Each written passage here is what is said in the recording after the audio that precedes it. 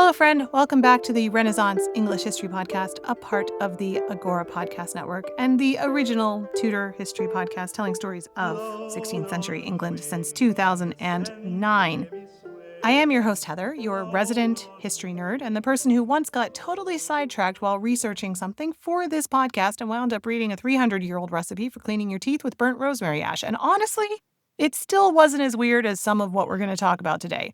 Because today we are answering your questions, or at least the questions that the internet thinks you're asking. So picture it. I'm minding my own business and I was on Google and I started to type, "Did the Tudors have?" And then I saw the auto suggestions. And I thought, well, there's an episode. So today we are diving into all of the most Googled Tudor curiosities. Did the Tudors have lice? Did they have sugar, guns, toilets, fireworks, pets? Some of these questions are perfectly valid. Others are delightfully weird, but all of them tell us something fascinating about daily life in Tudor England. This is a history grab bag full of itchy heads, stinky chamber pots, greyhounds and ruffs, and the occasional musket. So go get yourself a cup of coffee, or if you're feeling festive, a goblet of watered-down sack, and let's get right into it. So the first question that Google has you asking is, did the Tudors have lice? Oh yes. Yes, they did. And not just lice. Fleas, bedbugs, mites, and other unwelcome roommates. If you had skin and hair and you lived in the 16th century, you were almost certainly hosting a few passengers. Hair lice was especially common. Most people, including the nobility, washed infrequently by modern standards. Instead of regular hair washing, they would comb their hair with fine-toothed combs, sprinkle their scalps with powders or scented herbs, and pretend like they were clean. Queen Elizabeth reportedly wore wigs in her later years. It's very possible that underneath those fabulous red curls, her scalp was far from pristine. In fact, there's also a famous story about the coronation of Henry IV. For some reason, the holy oil that they put on his head when they were crowning him, it caused really bad lice, and he couldn't shake this it was a really long time. He was walking around scratching his head because of the lice that he got from this oil. I don't know if it attracted them or gave them a really good place to breed or what, but Henry IV got lice from his crowning.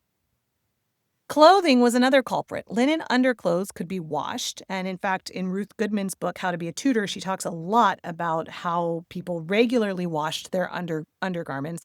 But the outer garments, especially for the wealthy who had these really expensive silks and things, they weren't cleaned that often, and they were teeming with critters. And bedding? Let's just say that people learned not to scratch too obviously in public. But of course, there were efforts to stay clean. I don't want people thinking they were just, going around these filthy people. People wanted to stay clean, and Henry was oddly obsessed with personal hygiene. He had baths built into his palaces, and he changed his undershirts multiple times a day. But even he couldn't escape the lice. One of his royal barbers was even tasked with checking for nits. So yes, the Tudors had lice, and you would have too. The next question that came up is, did the Tudors have guns? Oh, they did, though they weren't quite the pistols and rifles that we might imagine today. Tudor-era guns were loud, smoky, slow, and kind of terrifying, but they were real and becoming much more common. By the time Henry VIII came to the throne, England was already dabbling in early firearms. The classic weapon of the late medieval period, the longbow, was still around. People were still required to go to archery practice, for example, on Sundays after church. But matchlock muskets and small cannon were starting to show up on battlefields and in royal arsenals. At the Battle of Flodden in 1513, English forces used primitive handguns and field artillery to defeat the Scottish army, a rare example where Tudor tech made a real difference. Guns were not reliable, though. They misfired often, they took forever to reload, and they were so heavy that they sometimes required a stand. Still, the novelty was enough to impress and terrify both allies and enemies. Henry VIII, never one to miss a dramatic flourish, loved a good explosion. He had cannons cast with royal emblems. He built gunpowder stores in the Tower of London. And he made sure that England's navy was outfitted with gun ports and artillery, which was a huge innovation at the time. So yes, the Tudors had guns. Not good ones, mind you, but enough to make noise, smoke, and the occasional political statement. Next up, did the Tudors have a claim to the throne? Now, this is a fun one because technically yes, but also sort of no. When Henry Tudor became Henry VII after defeating Richard III at the Battle of Bosworth in 1485, he wasn't exactly dripping in royal blood. His claim came through his mother, Margaret Beaufort, a formidable woman whose lineage traced back to John of Gaunt, son of Edward III, via a line that was, shall we say, legally iffy. Margaret's ancestors were born out of wedlock when Catherine Swynford was still the mistress to John of Gaunt. Now, later on, they would be legitimized by their half-siblings by royal decree, but another decree later excluded them from inheriting the throne. So it said that, yes, this line is legitimate because John of Gaunt did eventually marry Catherine Swynford when he could after his second wife died. So they were legitimate even when they were born out of wedlock, but they can't inherit the throne. So yes, Henry had royal blood, but it came with a really big asterisk. That's why his victory in battle was so important. He didn't inherit the crown, he took it. And then to bolster his position, he married Elizabeth of York, the daughter of Edward IV and the niece of Richard III. That united the feuding houses of Lancaster and York and gave him a legitimate claim by marriage. But even then, people weren't entirely convinced. Henry spent much of his reign defending his throne against pretenders, like Lambert Simnel and Perkin Warbeck, both of whom claimed to be lost Yorkist princes. And honestly, enough people believed them that it became a real problem. So yes, the Tudors had a claim to the throne, but it was less divine right and more might makes right, polished with a clever marriage and a lot of propaganda. The next one in the list was, did the Tudors have clocks? Yes, and if you were rich, you might even own one. I really like this subject. A couple of years ago, maybe 5-6 years ago, I did an episode on Tudor clocks, and I got very philosophical about what technology does to our brain. Because, of course, before there was clocks, the idea of being on time, or, if you said you were going to meet somebody at the pub at 10 a.m. and it was 10:20, you weren't late because they didn't, it was all just very loosey-goosey. And then clocks came around and we could start to measure time with such precision. And how did that change the way we think about time and the way we think about deadlines? And how does technology actually change our brain? And then with today, how does the technology we have today change our brain? I'm sure it's actively changing our brain. And I got very, very philosophical about that. So I will link to that episode in the show notes. Anyway, mechanical clocks were already around by the start of the Tudor period, but they were mostly these massive things stuck in church towers or civic buildings. Think big gears, clanging bells, and not exactly precise timekeeping. These early clocks were more about status and spectacle than actual punctuality. But during the Tudor period, especially in the later reign of Henry VIII and into Elizabeth's time, clocks got a bit smaller and a lot more fashionable. Wealthy nobles started acquiring elaborate timepieces, sometimes built into furniture, sometimes worn as jewelry. Yes, worn. There are examples of clock watches shaped like pomanders or even little skulls. Because, I don't know, sometimes Tudor people got goth about time. Who knows? Elizabeth herself was known to give clocks as diplomatic gifts, showing off both her wealth and her connection to cutting-edge Renaissance science. And the gardens at Nonsuch Palace had a water clock that may have played music. That's fun. That said, most regular people still measured their days by bells, sun positions, and church services. The idea that everyone was on the same precise schedule wouldn't come around until much later. But the Tudors were certainly clock curious. And for the rich, having one was like having the latest iPhone. Completely unnecessary, wildly expensive, and absolutely something you would show off. Next up, did the Tudors have sugar? I actually did a whole episode on this as well. They did have sugar, and they loved it. But unless you were wealthy enough to sleep under a tapestry depicting your own coat of arms, sugar was not exactly part of your daily porridge. In Tudor England, sugar was a luxury import, brought in through Venice or Portugal from places like Madeira and later the Caribbean. It was expensive, it was rare, and it was usually purchased in really big, solid cones called sugar loaves, which had to be grated or chipped off in chunks. The wealthy would use it liberally, not just as sweetener, but as a statement.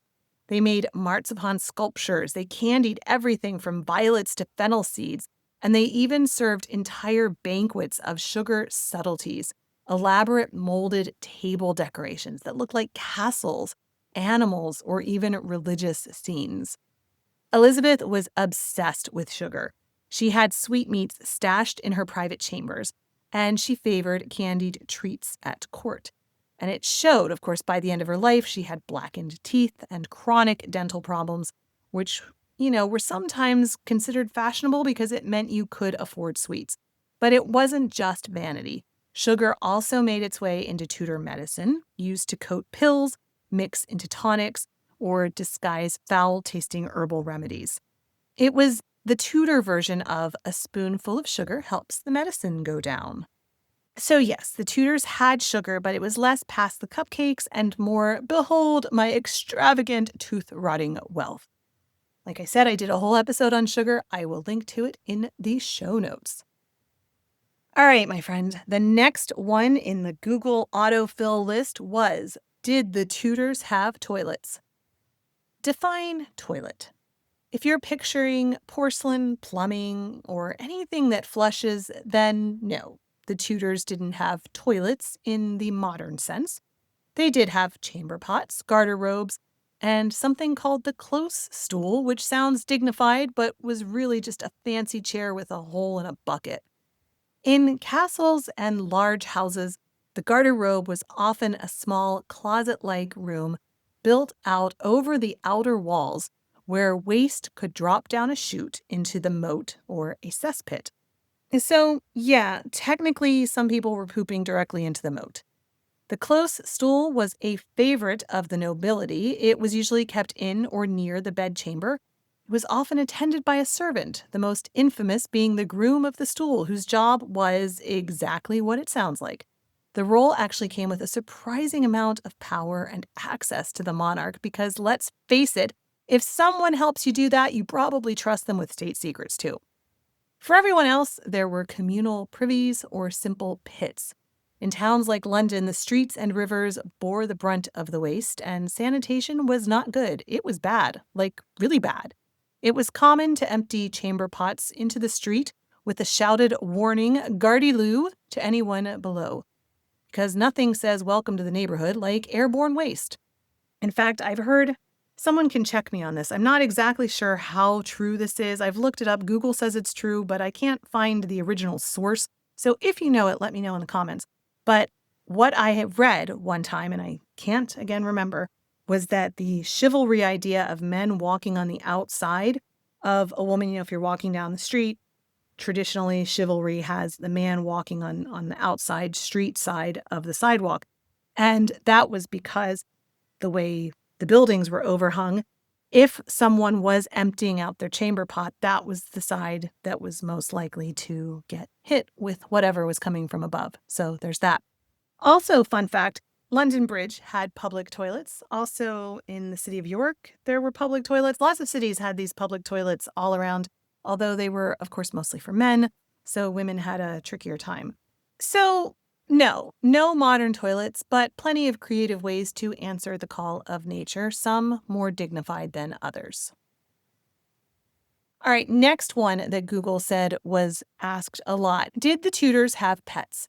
They absolutely did, and not just the working animals like hunting dogs or mousers. The Tudors genuinely doted on their pets, just like we do, especially in royal and noble households where animals were often pampered companions. One of the most famous Tudor pets was Percoy, Anne Boleyn's little dog, probably a lapdog or toy spaniel. His name likely comes from the French pourquoi, meaning why, which might reflect his inquisitive expression or tendency to tilt his head. Mary, Queen of Scots, also had a beloved Skye Terrier who famously hid under her skirts during her execution and refused to leave her body. That's grisly. That image has haunted animal lovers for centuries.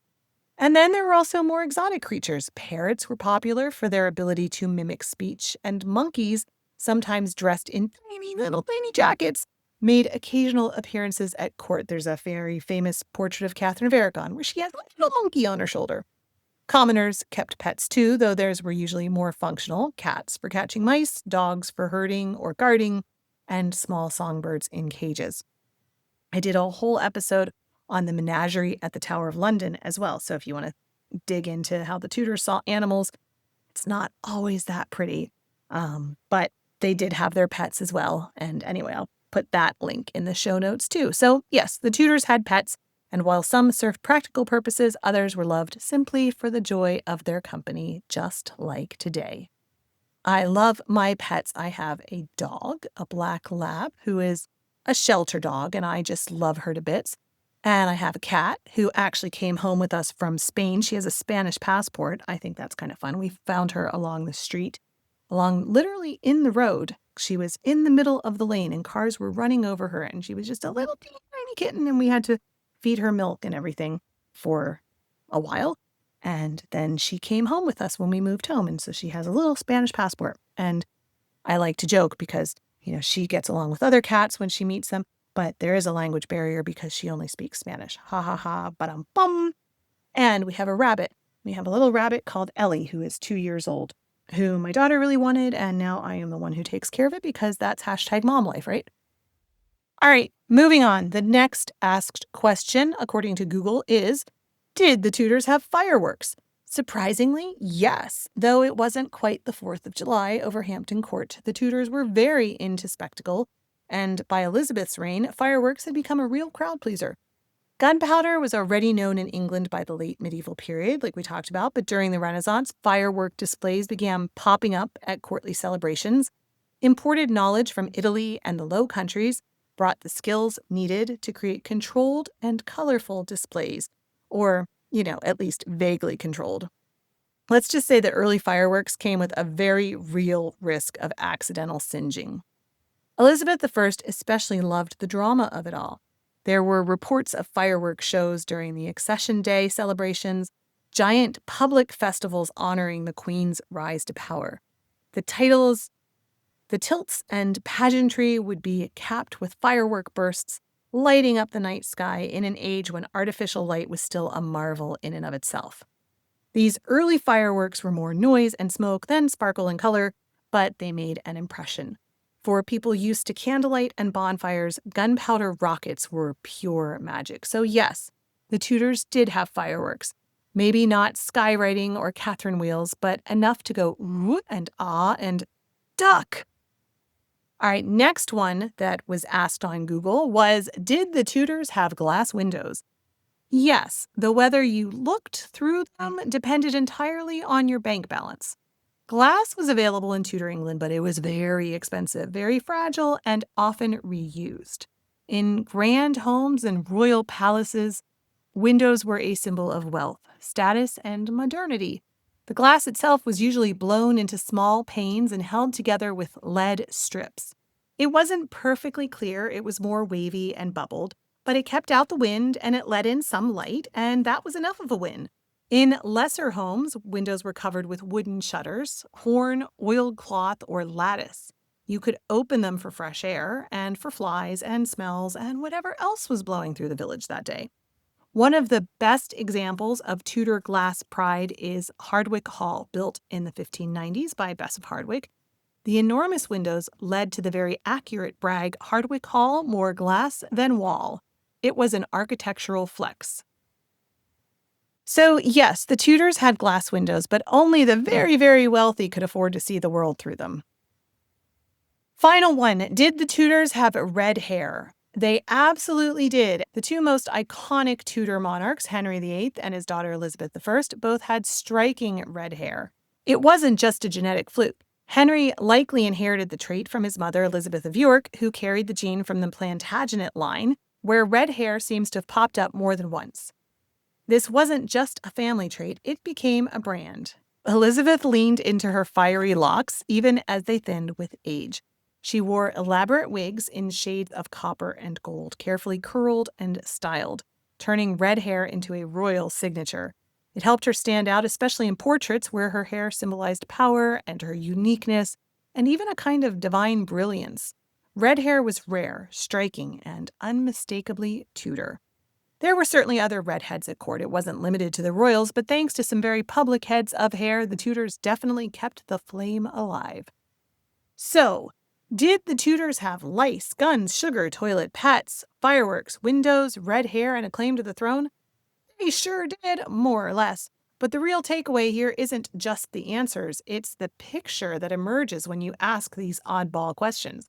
Because every did they have tells us something about how the Tudors lived, what they valued, what grossed them out, and what made them marvel. And it also shows them how close they were to us in some ways, obsessed with their pets, sugar, and their gadgets, and how alien they were in others. I mean, moat toilets. Enough said. If you liked this grab bag of Tudor trivia, let me know. Maybe we will do a part 2. You can always reach out through the Tudor Learning Circle. That is the social network just for Tudor nerds, tudorlearningscircle.com.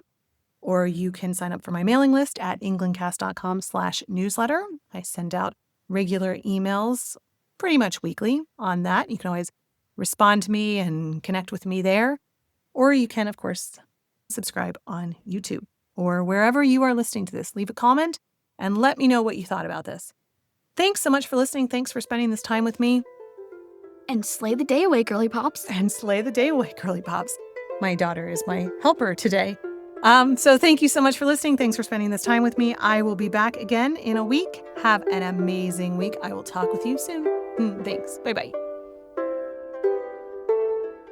Blow, northern wind, a scent will make me sweating. Blow, northern wind, blow, blow, blow. Ich hatte Bord in Bauerbricht, dat soll is Semlis und Sicht. Mens gevoel meiden of nicht